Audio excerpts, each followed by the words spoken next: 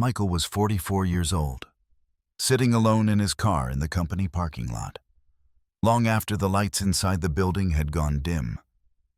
The engine was off. The radio was silent. He wasn't in a rush to go home, not because anything was wrong there, but because something felt unfinished here. A few minutes earlier, he had opened an email he already knew the outcome of before reading a single word. The senior operations role he had quietly hoped for, the one he had been preparing for over the past 2 years, had been filled. Not by someone better, not by someone more experienced, but by someone newer, someone louder, someone who, at least on paper, looked less qualified. Michael stared at the screen longer than he needed to. Not angry, not shocked, just tired in a very specific way.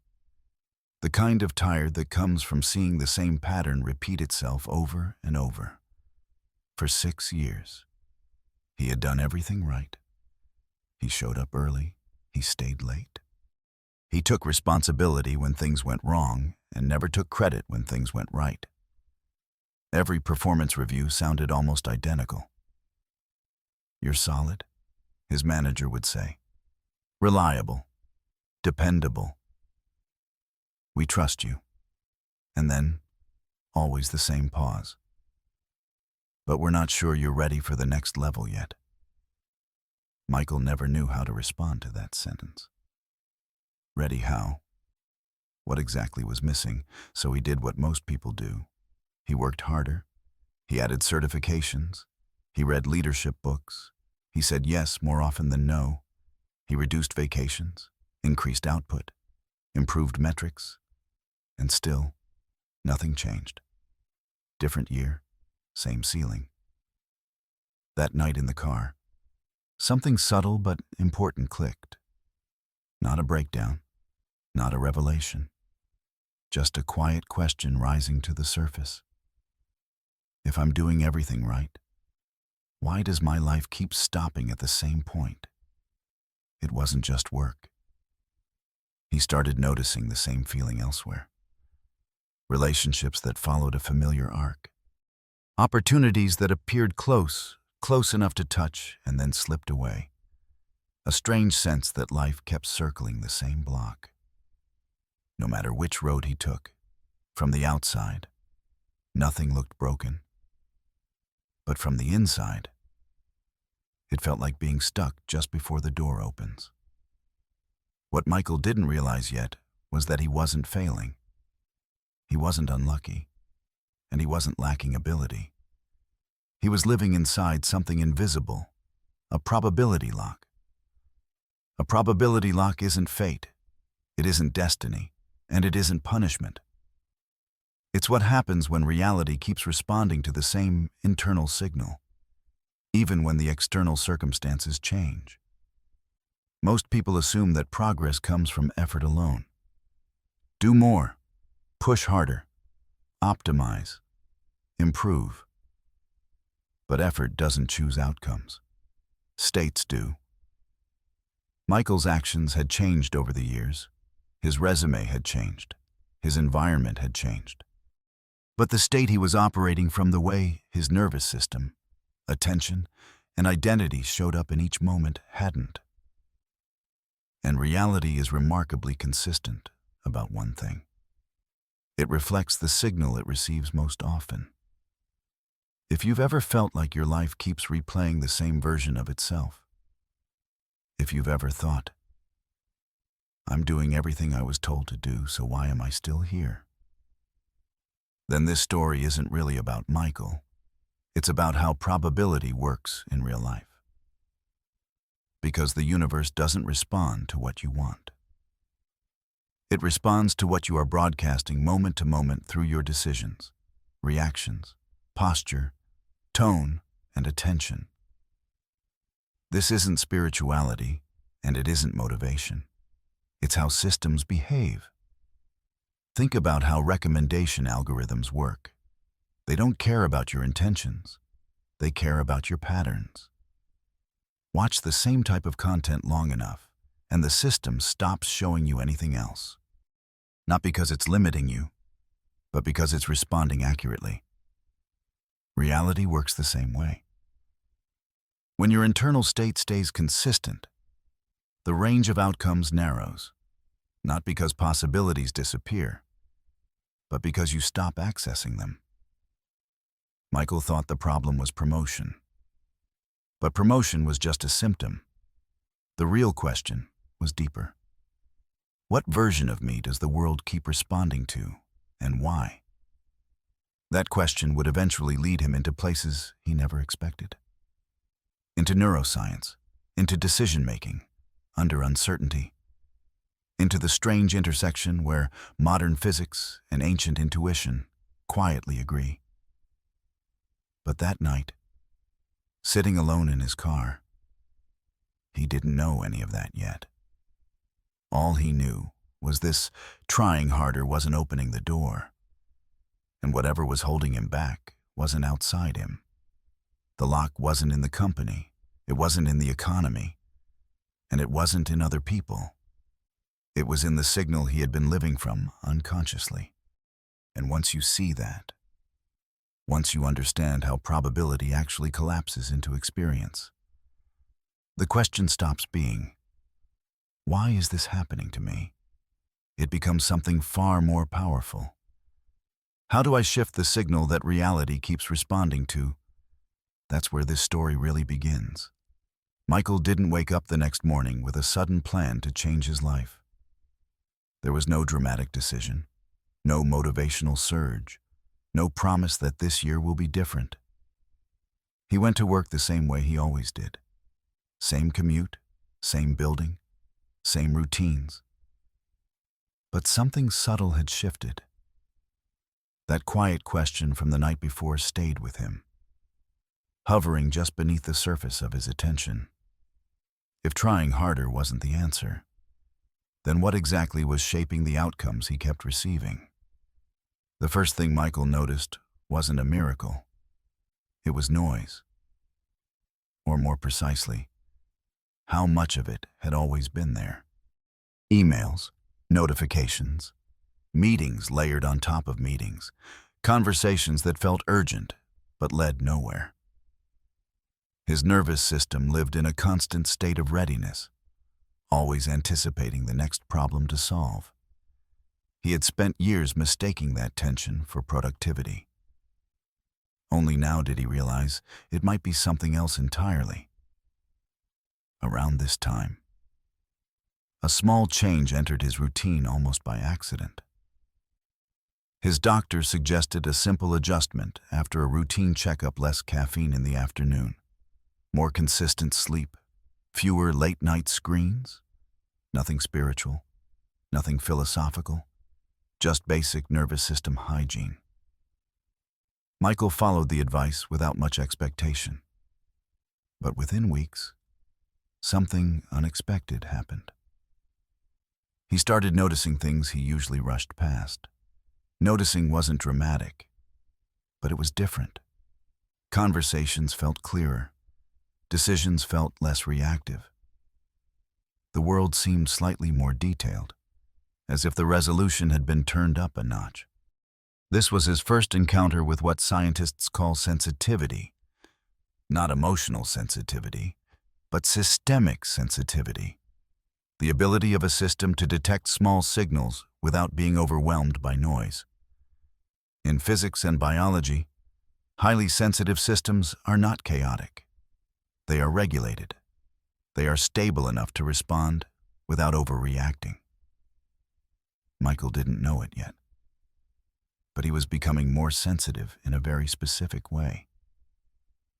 One afternoon, standing in line at a coffee shop near his office, he overheard a conversation between two strangers discussing supply chain optimization for mid-sized companies.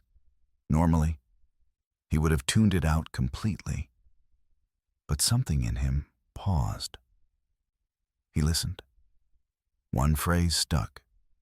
It wasn't advice. It wasn't even directed at him. It was just a way of framing a problem that suddenly made something click. Later that week, He applied that framing in a meeting. And for the first time in years, people leaned in, not because he spoke louder, but because his timing was different. These moments weren't signs. They weren't messages sent to him. They were something far more grounded. They were moments of alignment between attention and opportunity. This is what many people mistake for coincidence or synchronicity, but at a practical level, it's the result of increased sensitivity. When the internal signal quiets, the system detects patterns that were always present but previously drowned out. Modern neuroscience explains this well. The brain is not a passive recorder of reality. It is a predictive system, constantly filtering information based on perceived relevance.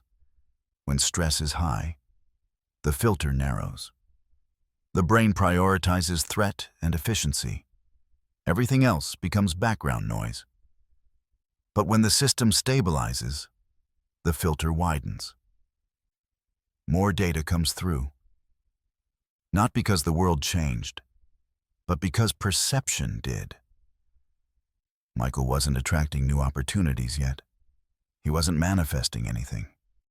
But the field of possibilities around him had begun to feel less rigid, less locked. He still had the same job, the same title, the same responsibilities. But he was no longer moving through them on autopilot. And that made a difference. This is where the idea of quantum sensitivity becomes useful, not as a mystical ability, but as a metaphor for how finely tuned your internal state is to the probabilities around you. In quantum systems, small changes in initial conditions can dramatically alter outcomes. Not because the system is fragile, but because it is responsive. Human lives work the same way. When awareness sharpens, choices shift. When choices shift, trajectories follow. Michael began to see that many of his so-called missed opportunities weren't stolen from him. They were invisible to him at the time. His attention had been locked into survival mode, scanning for problems instead of patterns. Now, with that grip loosening, the environment felt less hostile and more informative. One evening, driving home, he realized something that would later become a turning point. The world hadn't started sending him signals. He had stopped ignoring them. The difference was not mystical. It was physiological. His body was no longer broadcasting urgency, defensiveness, or self-doubt at the same volume. And as that internal noise softened, the external world seemed to speak more clearly. This is the quiet truth most people miss. Synchronicity doesn't begin with the universe reaching out to you. It begins with you becoming capable of receiving information without distorting it through fear or force. When sensitivity increases, reality feels responsive. Not because it changed, but because you did. Michael still didn't know where this path would lead. He wasn't chasing meaning or signs. He was simply more present, more regulated, more aware. And that alone had begun to loosen the probability lock he had been living inside. What he didn't yet understand was that this shift in sensitivity was only the first layer. Awareness alone doesn't collapse new outcomes. Something deeper determines which possibilities solidify and which remain out of reach. And that mechanism lies in how observation itself shapes experience, a principle science has been wrestling with for over a century. What came next wasn't about what Michael noticed. It was about how his noticing was reshaping the outcome. Michael didn't learn about the observer effect in a meditation class or from a spiritual teacher. He encountered it the way many people his age do, through a practical problem that refused to go away. A process issue at work kept resurfacing despite multiple fixes. Different teams, different tools, same bottleneck. Each time it came up in meetings, the conversation felt rushed, defensive, slightly tense. People wanted answers fast. Michael noticed something new in himself. Instead of jumping in to solve it immediately, he paused, not out of hesitation, but out of curiosity. He listened more than he spoke, and in that pause, something unexpected happened. The conversation slowed down. People began explaining instead of defending. Assumptions surfaced that had never been named before. The problem didn't disappear, but it revealed a different shape. Later that evening, Michael looked back at the meeting and realized something unsettling. The issue itself hadn't changed, but the way it unfolded had, and the only variable that was different was how he showed up to observe it. This was his first real encounter with the observer effect, not as a quantum theory, but as a lived experience. In physics, the observer effect describes how measuring a system changes its behavior. Not because the observer has intention or desire, but because interaction itself alters conditions. In everyday life, something similar happens constantly, though we rarely notice it. The way you pay attention to a situation changes how it evolves. Not magically, systemically. Michael began experimenting with this idea. Without calling it that, in meetings, he noticed that when he entered already braced for resistance, he got resistance. When he entered focused on proving value, he encountered comparison. But when he entered simply observing, asking better questions, staying present without forcing direction, the entire dynamic shifted. Outcomes softened. New options appeared. Not because people became nicer, but because the system reorganized around a different signal. This is where most misunderstandings begin. The observer effect does not mean that consciousness creates reality out of nothing. It means that observation influences which pathways become active. In complex systems, attention acts like a steering mechanism. Where you look determines what feedback you receive. What feedback you receive shapes your next decision. Over time, those micro-decisions compound into a life trajectory. Michael started noticing how often he had been observing his life from a narrow position. Always evaluating, always scanning for what might go wrong, always anticipating judgment. That posture wasn't neutral. It was instructive. It told the world how to respond to him, not through punishment or reward, but through probability. One evening, after a long day, Michael sat at his kitchen table and wrote something down for the first time in years. Not goals, not affirmations, just a question: from what state am I usually observing my life? The answer was uncomfortable, tired, guarded, slightly behind. He realized that, for years, he had been watching his own life like someone waiting for permission to participate. And here's the part most people miss.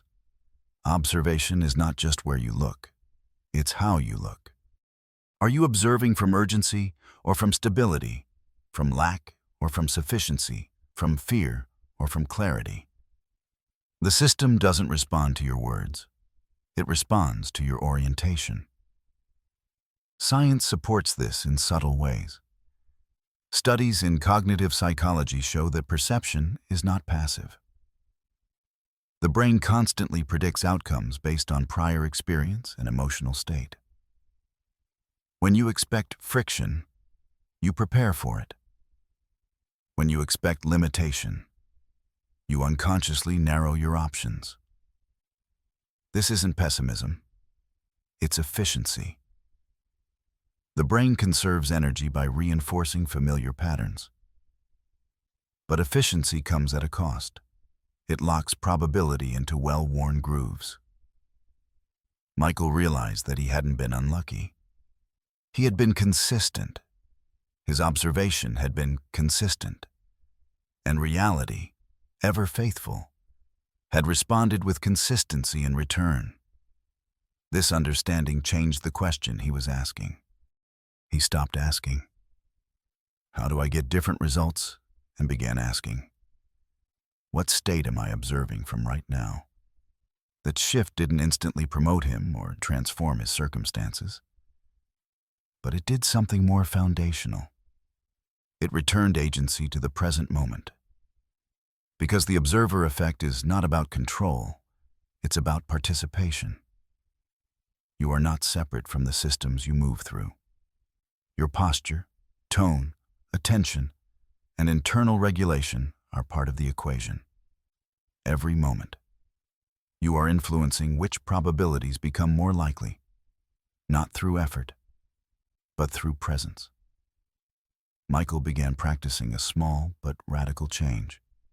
Before responding, he would notice his body, tight shoulders, shallow breath, racing thoughts. He would slow down just enough to shift, not into positivity, into coherence. And when he did, conversations changed, decisions changed. Opportunities didn't fall from the sky, but they stopped slipping past unnoticed. This is where quantum ideas become useful as metaphors for living. At the quantum level, particles exist in multiple states until interaction selects one. In life, possibilities exist simultaneously until attention and action collapse them into experience. Observation is the gateway. But observation without stability collapses the familiar. Observation from coherence opens something new. Michael was no longer just more sensitive. He was becoming more intentional about where he placed his awareness. And that, quietly but steadily, was reshaping the field of outcomes around him. What he didn't yet see was that observation alone is still not enough. You can observe from clarity for a moment, then fall back into old patterns to sustain change. Something deeper must stabilize the internal state that observation arises from. That's where the real mechanism of transformation begins. What Michael didn't know yet was that coherence doesn't just stabilize outcomes. It changes how connections form in the first place. At first, the changes were so ordinary that he almost dismissed them. There was no announcement, no moment where life suddenly felt guided. What changed was subtler. Conversations started unfolding differently. Not better in a dramatic sense, just smoother. People responded without resistance. Timing felt less forced. He noticed that when he followed up on an idea, it didn't stall the way it used to. When he spoke, he wasn't interrupting momentum. He was joining it. One afternoon, a colleague from a different department stopped by his desk. They had exchanged polite greetings for years, but never worked closely. This time, the conversation lingered. They talked through a shared problem neither team had been able to solve alone. By the end of it, nothing had been decided. No plan was made, but something connected. A few days later, that same colleague looped Michael into a small cross-functional project. Not a promotion, not a leap, just an invitation. In the past, Michael might have overanalyzed it. Was this a sign? Was this finally his chance? This time, he didn't label it at all. He simply noticed that things were linking together with less friction. This is how synchronicity actually begins. Not as messages from the universe, but as coherence in the system. When internal signals align, external interactions organize more efficiently. People find you when they're supposed to. Not because of fate, but because your presence fits the moment. You're no longer pushing against the current, so the current doesn't push back. Science explains this without mysticism. In complex systems, connectivity increases when noise decreases. When internal variability drops, signals propagate more clearly. In human terms, when you're not broadcasting urgency, need, or defensiveness, interactions have more bandwidth. Others sense it, even if they can't name it. Trust forms faster. Timing sharpens.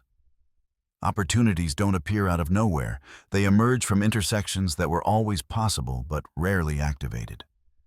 Michael began to notice these intersections everywhere. A casual comment in a meeting led to a follow-up conversation later that day. A delayed response turned out to be perfectly timed. A problem he'd been circling for months resolved itself after he stopped forcing solutions. None of it felt magical. It felt organized. This was the moment he understood something crucial. Synchronicity is not a reward. It's feedback. It doesn't tell you where to go. It tells you where you are. When connections form easily, when events link without strain, when timing feels supportive instead of obstructive, it's not because you're special. It's because the system is responding to a coherent signal. And when things resist, stall, or fragment, that's feedback too, not punishment. Information. Michael had spent years misreading that information. He thought resistance meant failure. He thought delay meant rejection. Now he saw it differently. Resistance meant misalignment. Delay meant noise. The moment he stopped personalizing those signals, they became useful. There was a week when nothing seemed to move forward.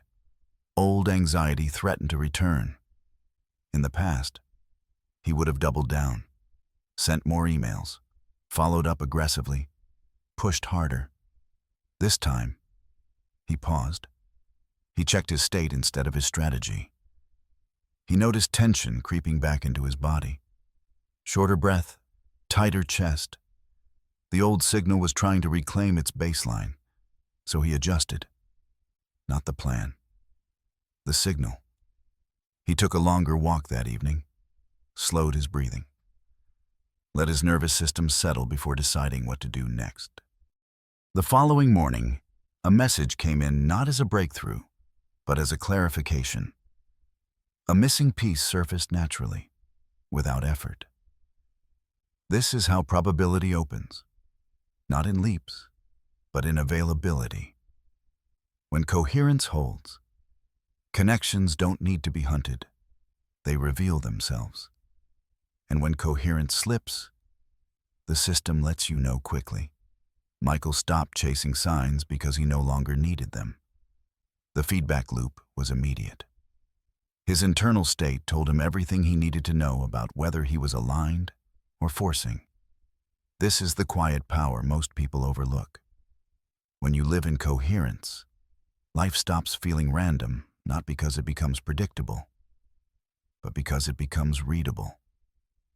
You sense when to act and when to wait, when to speak and when to stay silent, when to move and when to let something unfold. The old version of Michael believed success came from control. The new version understood something deeper. Control fragments systems. Coherence organizes them. Connections aren't created by desire. They're activated by alignment. And once Michael understood that, the pressure to figure everything out dissolved. He wasn't waiting for life to change anymore. He was participating in how it formed, moment by moment. Through the signal he lived from. What remained was the final piece, the one most people struggle with the longest. Not how to enter coherence, but how to stay there when the external world hasn't caught up yet. Because this is where many slip back into old patterns, undoing what they've built. And that distinction would matter more than anything else. Michael didn't lose coherence all at once. It slipped away quietly, disguised as patience. After a few weeks of smoother interactions and clearer timing, he began checking the mirror again. Not literally, but behaviorally. He watched for outcomes.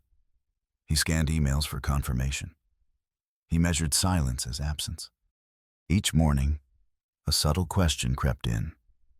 Has anything changed yet? And with that question came a familiar tightening in his chest. Waiting doesn't feel dangerous.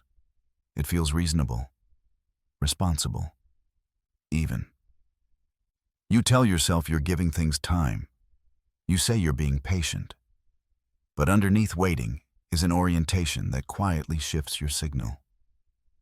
Instead of participating in the present, you begin leaning toward a future moment where things will finally make sense.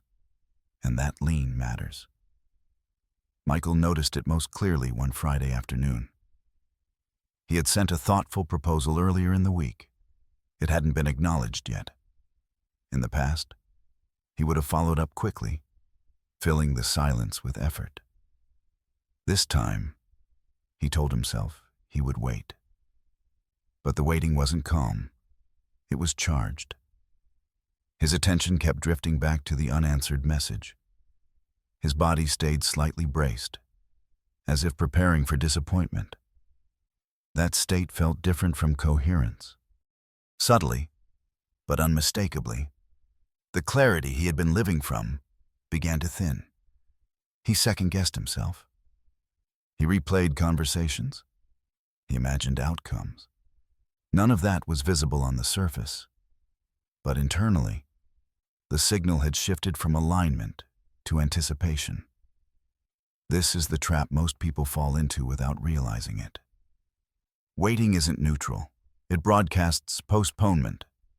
In systems terms, when you wait for feedback before stabilizing your state, you give external conditions authority over your internal baseline. You tell the system, "I will settle once you respond." And the system, ever precise, reflects that orientation right back. Michael had been there before. Years of his life had passed in that posture, living slightly ahead of himself, delaying presence until results arrived, and the result had always been the same, more delay. What he saw now was uncomfortable but liberating. Coherence doesn't wait for proof. It is the proof. That realization forced a choice. Either he would keep checking the mirror, measuring progress by visible outcomes, or he would commit to living from coherence, regardless of timing. Not as denial, as discipline. He chose discipline. The next week, nothing dramatic happened. No breakthrough, no recognition, and that was the test. Each time his mind drifted toward outcome watching, he returned to state. He regulated his breath. He relaxed his posture.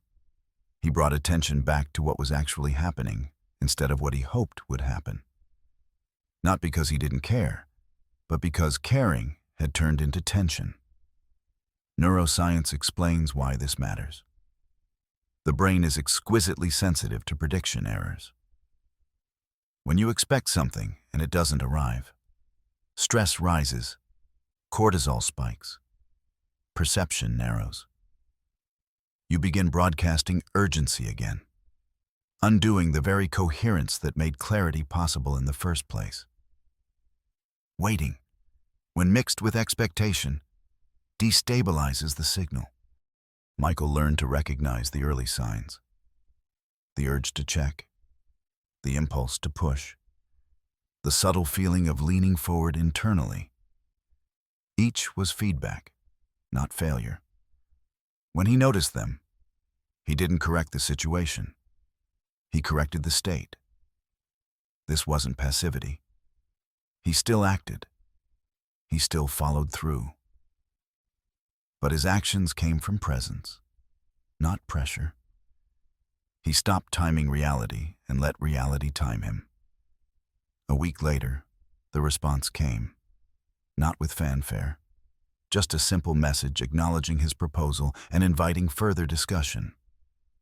The timing wasn't miraculous, it was appropriate. And more importantly, Michael was ready to receive it without tension. That's when he understood something that reshaped everything. Outcomes don't arrive faster when you wait well. They arrive when waiting is no longer needed. The trap of waiting is subtle because it looks like hope. But hope that leans forward destabilizes. Coherence holds ground. It doesn't rush the future. It inhabits the present so fully that the future reorganizes around it. Michael realized that permanence wasn't about maintaining a perfect state. It was about recovering coherence quickly when he lost it.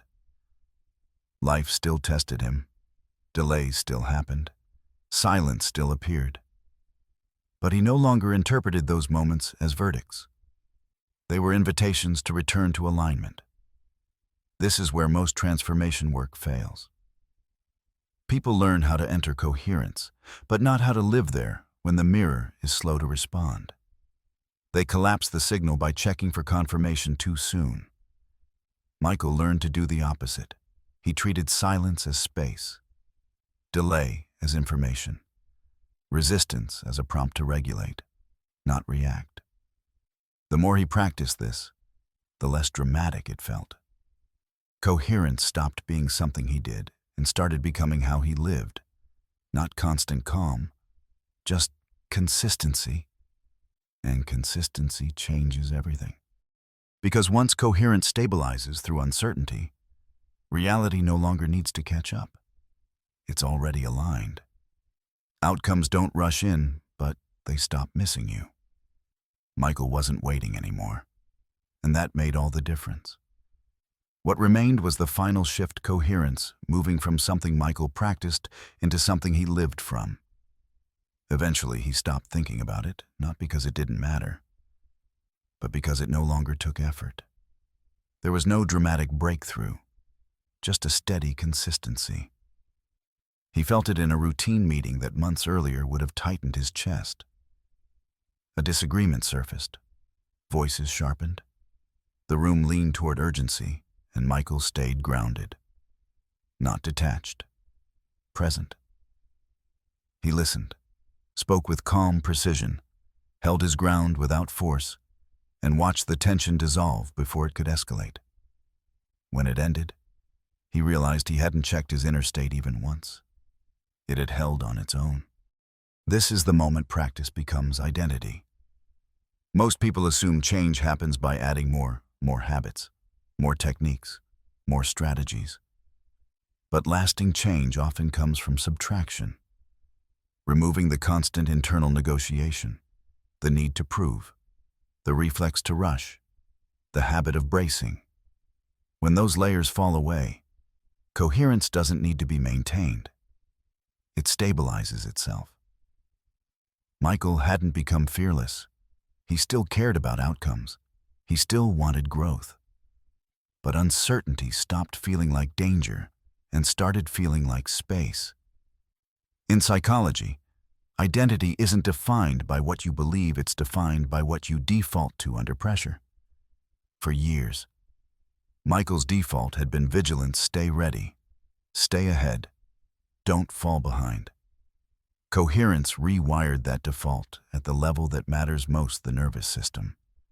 Over time, his body learned that presence was safe. Slowing down didn't mean losing ground. Clarity could exist without control. And once that learning took root, he didn't have to remind himself to return to coherence. He returned there automatically. The external world began to reflect that stability in practical ways. Responsibility increased gradually. Conversations shifted. He was trusted with ambiguity, not just execution, not because he demanded it, but because he could hold it. When his manager asked him to lead a loosely defined cross-team initiative, he didn't rehearse failure. He treated uncertainty like room to move. And when challenges hit, as they always do, he met them without slipping into urgency. That consistency did more than competence ever had. This is the hidden outcome of coherence lived over time. It doesn't make life easy. It makes it navigable. Michael understood then that reality had never been withholding anything from him. It had been responding faithfully to who he was being. When his identity shifted from effort to alignment, the system followed not instantly, but reliably. There's a quiet humility in that. You stop blaming circumstances. You stop romanticizing struggle. You stop waiting for permission. You stop trying to control outcomes you can't sustain. You live from a state that lets outcomes form naturally. Coherence as identity doesn't mean perfection. Michael still lost his balance sometimes. Stress returned. Old habits surfaced. But recovery was fast. He no longer spiraled. Misalignment became a cue, not a verdict. He adjusted and moved forward. And this is where the story widens beyond Michael. Because what he discovered isn't rare. It's available to anyone willing to stop negotiating with the future and start inhabiting the present, not by forcing calm, but by stabilizing the signal they live from. When enough people do that, something subtle changes, interactions improve. Conversations soften. Systems become less reactive, not because the world suddenly transforms, but because the baseline people bring into it does. Michael never described his shift in spiritual terms. He didn't talk about signs. He talked about clarity, about steadiness, about no longer feeling at war with time. He didn't escape uncertainty. He learned to stand inside it without losing himself.